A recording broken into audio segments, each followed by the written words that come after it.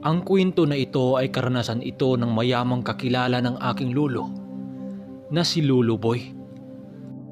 Ang bida natin ngayon ay tawagin na lang natin sa pangalang Emil. Nangyari ito noong 1999 sa lugar ng Cebu. Itong mga panahon na ito, nasa 18 gulang na itong si Emil.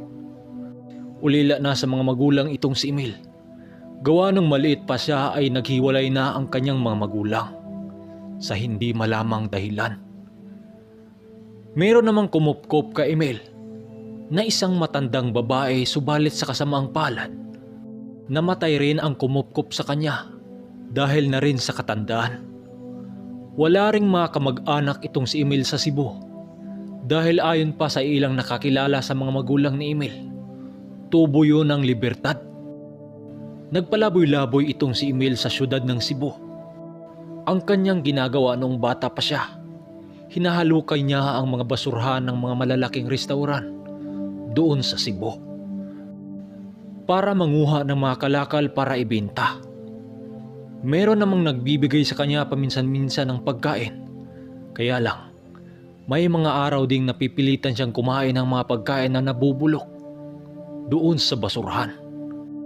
Pakiramdam noon ni Emil sa kanyang sarili, kung sino man ang pinakamalas na nilalang dito sa mundo, walang iba kundi siya. Kamuntikan pa siyang magpapakamatay sa pamamagitan ng pagtalon sa mataas ng tulay. Subalit bigla siyang natauhan nang may pumigil sa kanya na isang lalaking putol ang kabilang paa. Habang nakatayo siya sa taas ng tulay, ipinikit niya ang dalawa niyang mga mata habang humihingi ng kapatawaran sa ama sa gagawin niyang pagtalon doon. Tatalo na sana siya nang may sumigaw sa hindi kalayuan sa kanya na isang lalaking may hawak na sako na naglalaman ng mga kalakal. Putol rin ang kabilang paa nito, kaya naman may hawak-hawak yung tratsis o tungkod para hindi matumba.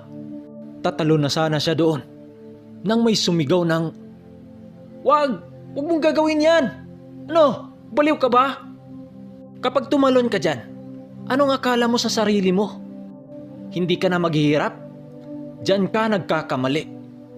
Dahil ang mga taong nagpatiwakal kailanman hindi tatanggapin sa gingharian ng Panginoon. Magpasalamat ka nga kumplito ang mga paa mo at kamay. Tingnan mo ko, isa lang ang mga paa ko, pero kinaya kong sumabay sa hamon ng buhay. Halika nga, may pagkain akong dala dito, bumaba ka dyan. Nang marinig yun ni Emil, dahan-dahan naman siyang bumaba at umupo sa katabi ng lalaki. Medyo nasa edad 30 na ang lalaking yon. Nagsasalo ang dalawa sa pagkaing dala ng lalaki. Nang mabusog na itong si Emil, dahan-dahan naman niyang naalala ang mga habili ng matandang kumupkop sa kanya noong nabubuhay pa yon. Ayon dito, kapag nahirapan siya sa araw-araw kung wala na siya, huwag niya raw kalimutang sumambit sa pangalan ng Panginoon. Dahil siya ang may likha sa lahat ng nilalang sa mundo, kung kaya't siya din ang malalapitan mo. Basta't magpakatatag ka lang at huwag susuko sa kahirapan ng buhay. Ayon sa lalaki, naputol ang kanang paa nito dahil nasabugan niyo ng isang lumang fire extinguisher doon sa tambakan ng mga basurahan. Nagsimula nung matagpuan niya ang lalaking pulubi din. Tila ba mayroong pumuno sa kanyang pangungulila sa kanyang mga magulang. Itinuring niyang parang tunay na ama ang lalaki. Subalit makalipas lang ang 3 pagsasama nila ng lalaki, tila ba pinagkaitan talaga siya ng tadhana na magiging masaya siya. Dahil noong tumungtong siya ng 18 gulang, nagpaalam sa kanya ang lalaking uwi na sa probinsya nito. Taga Davao pala ang lalaking yun, at nung nakaipon na yun, nagpaalam yun na uwi na. Isasama pa sana siya sa lugar ng lalaki dahil nag-iisa lang din siya doon sa Cebu. Wala siyang kamag-anak. Pero tinanggihan niya ito dahil sa isip-isip niya, kung balikan siya ng mga tunay niyang mga magulang doon sa Cebu, baka tuluyan pa siyang maligaw. Nagyakapan pa silang dalawa bago alis ang lalaki habang bumubuhos ang mga luha sa mga mata. Nagpapasalamat siya sa taong itinuring niyang anak at sa pagturing niya dito na bilang tunay na ama. Habang papasakay ng barko ang lalaki, siya naman halos maglupasay sa kakaiyak dahil muli na naman siyang mag-iisa sa hamon ng buhay. Panay pa ang pagsasambit niya sa mga taong nang iwan sa kanya habang sumisigaw sa daan dahil sa kalungkutan. Dahil sa kalungkutan at pagod nitong si Emil, hindi niya namalayang nakatulog na pala siya sa gilid ng daan. Nagising na lang siya nang pinagtatadyakan siya ng mga grupo ng kalalakihan habang siya'y natutulog doon sa gilid ng kalsada. Bugbog sarado ang buo niyang katawan at may sugat pa siya sa ulo. Hindi na rin niya nakita kung sino ang bumugbog sa kanya dahil kaagad ding kumalas ang kanyang ulirat sa kanyang katawan nang hinampas siya sa ulo ng 2x2. Pagising niya, nadatnan na lang niya ang kanyang sarili na nandun na sa loob ng hospital. Mabuti't hindi gaano malala ang sugat niya sa ulo kung kaya tinahi lang yun. Napaisip siya kung sino naman ang nagdala sa kanya doon sa hospital. Maya-maya pa, nakita niya ang isang doktor na naglalakad papunta sa kanyang hinihigaan. Kung kaya tinanong niya ito kung sino ang nagdala sa kanya doon. Nagulat na lang siya sa sinagot ng doktor na isa raw matandang lalaking mahaba ang balbas ang nagdala sa kanya doon sa ospital. Ayon pa dito, wala na raw siyang ipag-alala dahil bayad na raw siya doon sa ospital. Binayaran ng misteryosong matanda ang hospital bago yun umalis. At bago umalis ang matanda, may binilin yun sa doktor. Papupuntahan sa kanya ang isang bakanteng lote na may nakatirik na kubo doon sa lugar ng Badyan. Nang makalabas na siya sa nasabing hospital, kumain na muna siya sa isang maliit na karinderya dahil binilinan siya ng pera doon sa matandang tumulong sa kanya nang siyang iniabot naman sa kanya ng isang doktor. Labis ang gulo sa kanyang isipan kung sino naman ang tumulong sa kanya dahil sa pagkakaalam niya, wala siyang kamag-anak kahit isa doon sa lugar ng Cebu. Hindi na lang niya pinansin ang mga bagay na yon dahil na rin sa gutom niyang nararamdaman. Pagkatapos niyang kumain doon, nag-iisip siya kung saan siya pupunta o saan ba siya matutulog pagsapit ng gabi. Natatakot kasi siyang matulog doon sa kalye dahil baka maulit na naman ang pangyayari. Binugbog kasi siya ng mga binatilyong lango sa droga. Bago pa man sumapit ang hapon, naglalakad na siya sa daan papunta sa isang lugar na medyo masukal na. May mga puno at mga talahib. Pagdating niya doon, pinili na lang niyang maupo sa isang nabuwal na malaking puno para doon magpahinga ng pansamantala. Nakabalot pa rin ng binda ang kanyang sugat doon sa ulo, pero hindi na lang niya yon pinansin. Ang ginagawa niya, bumili siya ng isang itak at mga pako sa gagawin niyang kubo. Dahil nga may kunting salapi ang inabot sa kanya ng doktor, kung kaya't kahit papano, malaking bagay na yon sa kanya. Mas mabuti na lang doon siya tumira sa gubat kaysa sakali baka mamatay pa siya doon. Sa ilang araw na lumipas, nakagawa rin siya ng kubo ng siyang tinutulugan niya paggabi. Subalit may nakapansin na pala sa kanya ng kanyang paninirahan doon. Yun pala ay ang may-ari ng lupa. Paglapit nito sa kanya, kinumpronta naman siya nito kung bakit nagtayo siya ng kubo doon na walang paalam. Humingi naman siya ng pasensya sa may-ari ng lupa. Nang tanungin siya ng mga ito kung taga-saan siya, kung sino ang kasama niya, paisa-isa naman niyang isinalaysay ang mga nangyari sa kanya. Nang marinig yon ng may-ari ng lupa, pa naman yung nakinig sa kanyang kwento. Dumating pa sa puntong dalhin na lang daw siya sa bahay ng may-ari ng lupa na tawagin na lang natin sa pangalang Banoy.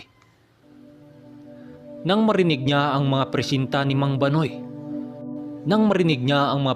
ni Mang Banoy, tungkol sa pag-ampon nito sa kanya, Subalit tumanggi na siya dito. Kuntinto na raw siya doon dahil sanay na rin naman siyang mag-isa. Sa ilang araw niyang paglalagay sa kakahuyan ng badyan, naging masaya naman siya doon kahit papano. Dahil itinuri na siyang pamilya sa lalaking yun at binigyan din siya ni Mang Banoy ng 2 kambing at mga manok. Ayon dito, para naman mayroon siyang pagkaabalahan doon sa kanyang kubo. Binigyan din siya ng mga bigas at mauulam kagaya ng bigas ng mais at mga ilang isda. Pinayagan din siya ni Mang Banoy na magtatanim siya ng mga gulay at mga kamote sa lupa nitong pagmamay-ari. Labis-labis ang pagpasalamat niya kay Mang Banoy dahil sa kabaitan nitong pinakita sa kanya. Binilinan din siya nito na kung pwede ba kapag wala ang may-ari doon, siya na lang ang magtingin-tingin sa nasasakupan nitong lupa at mga tanim-tanim na mga nyog. Lumipas pa ang ilang mga buwan, naging masaya naman itong si Emil. Kahit mag-iisa lang siya doon, paminsan-minsan, dinadalaw si Emil ni Manong Banoy doon sa kanyang kubo kasama-kasama ang dalaga nitong anak. Ayon pa sa kanya, magamat isang hamak lang siyang mahirap na tauhan ni Mang Banoy, pero nakakapagtakang lagi siyang kinakausap ng dalaga nitong anak. Malambing din kung magsalita ang babaeng yon sa kanya, na para bang may gusto yon sa kanya. Hindi naman niya ito gaanong pinansin, gawa ng baka mahalata naman ito ni Mang Banoy. Itong si Emil kasi, magamat isa lang siyang hamak na pobreng alindahaw na naligaw sa lugar na yon, hindi naman maitangging may katangiang kagwapuhan din itong si Emil. Dahil ang kanyang ina pala ay Pilipina at ang kanyang ama naman ay isang British.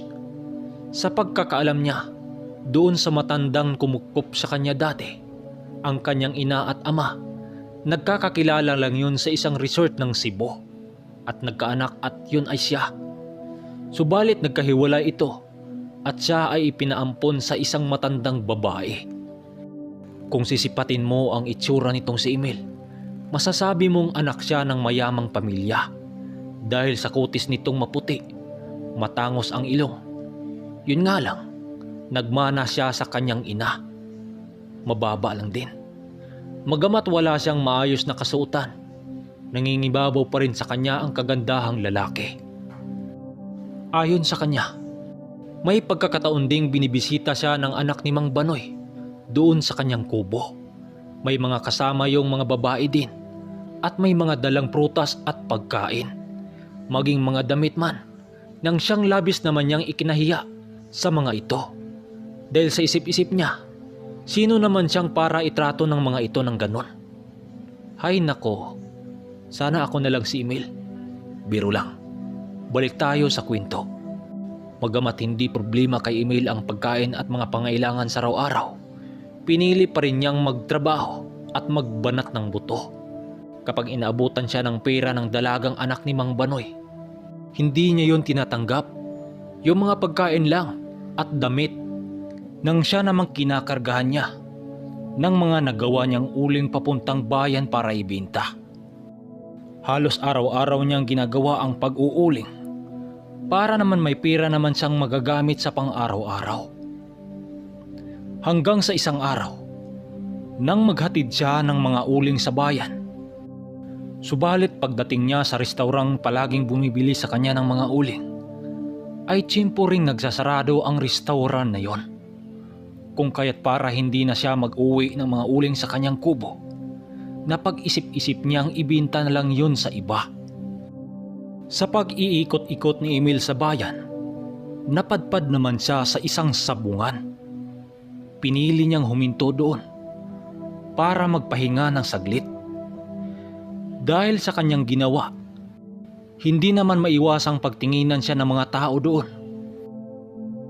Dahil sino ba namang hindi magtataka na anak ng Amerikano na naglalako ng mga uling sa kanyang pagtatambay doon?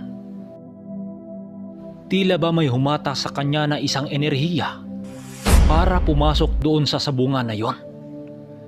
Nang makapasok na siya sa sabungan, hindi siya nanonood ng sabong. kundi tumitingin siya sa mga pagkain ng mga tinda ng mga tao doon. Bigla niyang naalala ang kanyang paghihirap at pinagdaanan. Noon kung kaya't ang naisipan niya, bumili siya doon ng mga kakanin.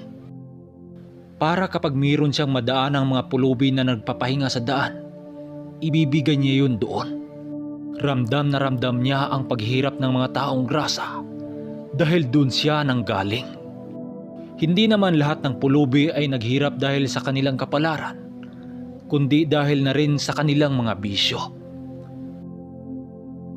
Halos araw-araw niyang ginagawa ang mga pagtulong sa kapwa kapag napadpad siya sa sabungan na yon. Dahil nandun nagtitinda ang mga tao ng kakanin sa labas ng sabungan. Kung kaya't halos araw-araw siya doong dumadaan. Subalit dumating ang isang araw na sa tanang buhay niya ay hindi niya aakalaing magiging isa siyang milyonaryo. Habang nakatambay siya sa sabungan, nilapitan naman siya sa isa niyang kakilala na isang mayamang sabungero doon sa sabungan. Nagkakilala sila sa lalaking yon dahil isa din yung bumibili ng kanyang mga uling na ginawa. Paglapit nito sa kanya, nagwiwika ito sa kanya ng, "Oh, Dong Emil, napadpad ka dito ah. Oh, kamusta ka na? Sa linggo pala aangkat ako sa'yo ng 5 sako ng uling ha. May magaganap kasi na pista doon sa aming lugar at imbitado kita." Wika nito sa kanya at nagpaalam na ang lalaking kakilala niya at pumasok na siya sa sabungan. Habang nakaupo siya sa isang malaking ugat ng kahoy, muling bumalik ang lalaking yon. Natawagin na lang natin sa pangalang Mang Brando. Paglapit nito sa kanya, nagwiwika ito sa kanya ng, Dong Emil, di ba't may mga alaga kang mga tandang sa inyo?" Wika nito. Nang marinig yun ni Emil, sinagot naman niya ito ng, "Oho, bakit nga pala Mang Brando?" Kuan ba? Dalhan mo ko ng 3 tandang. Yung may mga edad na isasabong natin. At ito pa, bago ko ilalaban ang manok mo, babayaran mo na kita sa manok mo kung ilan ang madala mo. Babayaran kita ng 500 piso sa isang manok. Ano, papayag ka ba? At kapag nanalo ang manok mo, dudublihin ko ang bayad ko sa iyo. Wika nito. Nang marinig yun ni Emil, bigla naman siyang nakaramdam ng saya dahil napakalaking salapi na yon para sa kanya. Halos 7 bisis yun sa laki ng kinikita niya sa pag-uuling. Pumayag naman siya sa mga sinabi ng kanyang kaibigan niyang yon. At dali-dali niyang pinatakbo ang sidecar niyang bisikleta papauwi sa kanyang kubo para kunin ang 3 niyang mga manok doon sa kanyang kubo. Habang nilalakbay ni Emil ang kalsada, bigla naman siyang napahinto nang may naririnig siya ng isang malakas na pagsabog na sa palagay niya parte pa yun ng badyan. Dahil tunog lang naman ang kanyang narinig, pinatuloy niya ang pagpadyak doon sa bisikleta niyang dala. Palingon-lingon pa siya noon dahil batid niya na isa yung bomba na pinasabog doon sa kanilang lugar. Nang makarating na siya sa kanyang kubo, bigla naman siyang napatakbo nang makita niyang nabuwal na ang isang puno ng isang mangga na sa likuran ng kanyang kubo. Umuusok-usok pa ang puno ng manggang nabuwal na para bang tinamaan niyo ng isang malaking bato na nanggaling pa sa kalawakan. Sinipat-sipat pa niya ang buong paligid dahil sa pag-aakalang mayroong eroplano doong nag-crash. Subalit wala talaga, maliban lang sa isang punong mangga na animoy binanggaan ng isang halimaw. Gulat na gulat itong si Emil dahil papanong mabuwal ang puno ng mangga na wala namang bagyo sa kanila. Ang init nga eh. Nang ikutin niya ang kabilang bahagi ng kubo, doon siya nagimbal sa kanyang nasasaksihan. Lahat niyang mga alaga ng manok na tandang ay nakaladlad na yun sa lupa nawala ng buhay. Wasak na wasak ang mga katawan nito, maging ang mga bituka na nakalabas na.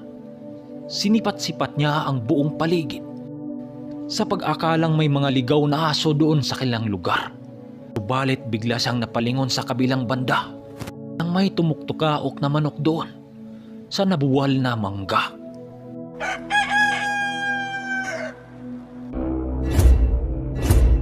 Ikot niya doon, maniwala man kayo o sa hindi.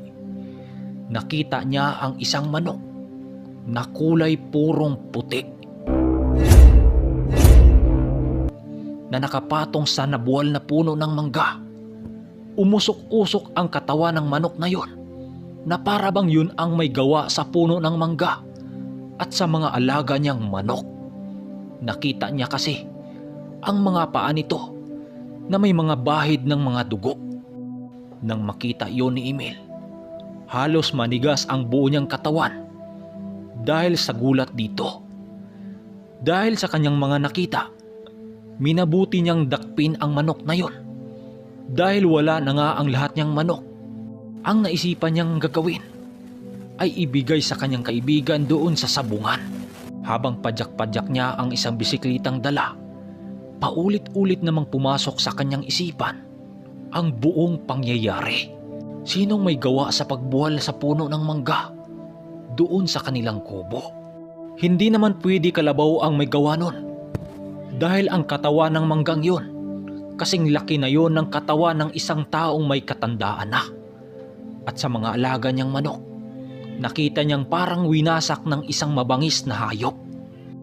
Tiningnan niya ang manok niyang nahuli na iginapos pa niya sa dala niyang bisiklitang sidecar. Nang makarating na siya sa sabungan, napagkamalan pa siya doon na nasiraan siya ng ulo dahil iginapos niya ang manok niyang dala. Nang makita siya ng kanyang kaibigan, napawi kayo ng, "Oh, ayun na ba yung dala mong manok? Ba't iginapos mo yung manok mo? Ikaw talagang bata ka. Di kaya'y nalipasan ka ng gutom? Akin na. Di ba sabi ko 3 manok ang dalhin mo? Ba't isa lang? At teka, ugis pa. Ba't may bahid ng dugo ang paa nitong manok mo?" Wika ng lalaki. Dahil sa kanyang mga narinig, minabuti niyang dinala ang lalaki doon sa malaking puno ng kahoy. Sinabi niya dito ang lahat na kaya'y nagkadugo ang mga paa nito dahil pinatay ng manok na yon ang lahat niyang mga alagang manok sa kubo. Nang marinig yon ng kaibigan niyang sabungero, nanlaki ang mga mata nito at sumagot ng, "Sigurado ka?" Sinagot naman niya yun ang totoo. Pero lingid sa kaalaman ni Emil, tila ba hindi naniwala sa kanya ang kaibigan niyang yon. Upang mapatunayang matapang ang manok na yon, dinala yun ng kanyang kaibigan doon sa tapatan ng manok. Maya-maya pa, inabot na ng lalaking yon ang bayad dito sa manok niyang dala, 500 piso. Napakalaki na nito noong mga panahon na yon. Tinanggap naman niya ang bayad nang walang pagdadalawang isip. Dahil sa isip-isip niya, kung 3 ang dala niyang manok, malaking pera yon. Maigi niyang pinagmasdan ang manok niyang pinahiram sa kaibigan niya dahil tila ba nakaramdam siya ng labis na kaba doon sa kanyang manok na nahuli. Habang nakamasid itong si Emil sa tauhan ng kanyang kaibigan na may hawak na manok, lumapit yun sa kanya habang nagwiwika ng, "Dong Emil, di kaya'y tatakbo lang tong manok mo? May tapay pa kasi." Sa hindi nakakaalam ng tapay, ito yung tumutubo sa uluhan ng manok. Pungos ata tawag sa Tagalog niyan. "Mang Brando, hindi naman yata tatakbo yan eh. Pinatay nga yung 3 kong tandang doon sa kubo eh." Nang marinig yun ni Mang Brando at sa mga bata-bata nito, nagtawanan lang naman habang nagwiwika ng, "Sigurado ka ha? Hindi basta-basta to. Malaki ang pusta ni Bossing dito." Wika ng tauhan ni Mang Brando.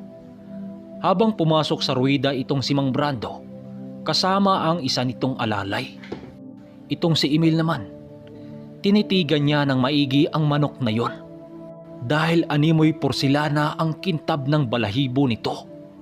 Nang binitawa na ang manok sa ruwida, napatayo naman itong si Emil nang makita niya kung paano lumaban ang manok na yon. Nang magsabayan sa paglipad ang mga dalawang manok, pansin niya ang bilis ng manok na yon dahil nauna pa yung lumapag sa lupa. At dalawang sagupaan lang, patay kaagad ang kalaban nito. Biglang kinabahan itong si Emil nang makita niyang dinuro ang kaibigan niya sa kaharap nitong kalaban. Maya-maya pa, may isa na namang lalaki ang pumasok doon sa ruwida para tapatan muli si Mang Brando. Nagparibansa pala ang kalaban nila dahil hindi nabigyan ng magandang laban ang manok nito.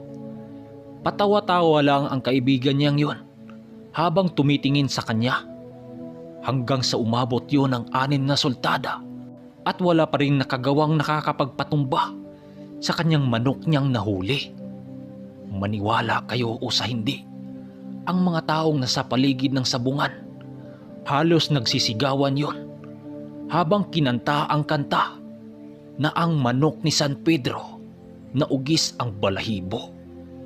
Paglabas ng kaibigan niya yun sa ruwida, bakas mo sa pagmumukha nito ang labis na saya at tuwa dahil nga malakihan ang pusta sa bawat labanon. Napakalaking halaga din ang ibinigay sa kanyang balato dahil sa nagawa nitong nakalaban ng 6 na bisis. Makalipas pa ang ilang mga araw, halos 2 bisis siya sunduin ng kanyang kaibigan niya sa kanyang kubo. Sabado man o Linggo, dadayo sila sa ibang mga sabungan na talaga namang pangmalakihan. Hanggang sa umabot lang ng 2 buwan. Maniwala man kayo o hindi, itong si Emil, isa ng tanyag na mayamang sabungiro. Nakapagpatayo na rin siya ng malaking bahay na may 2 palapag. Gulat na gulat si Mang Banoy dahil sa biglaang pagyaman nitong si Emil, hanggang sa pinilit siyang bilhin sa kanya ang manok na yon ng kaibigan niyang isa ding sabungiro. Subalit bago pa man darating ang araw para siya'y puntahan sa kanyang bahay, isang gabi, habang siya'y natutulog, nakarinig siya ng ingay ng manok doon sa labas ng kanilang bahay. Nang sipatin niya ang labas ng kanyang bahay, bumungad sa kanyang mga mata ang isang matandang nakatayo sa ilalim ng lilim ng akasya.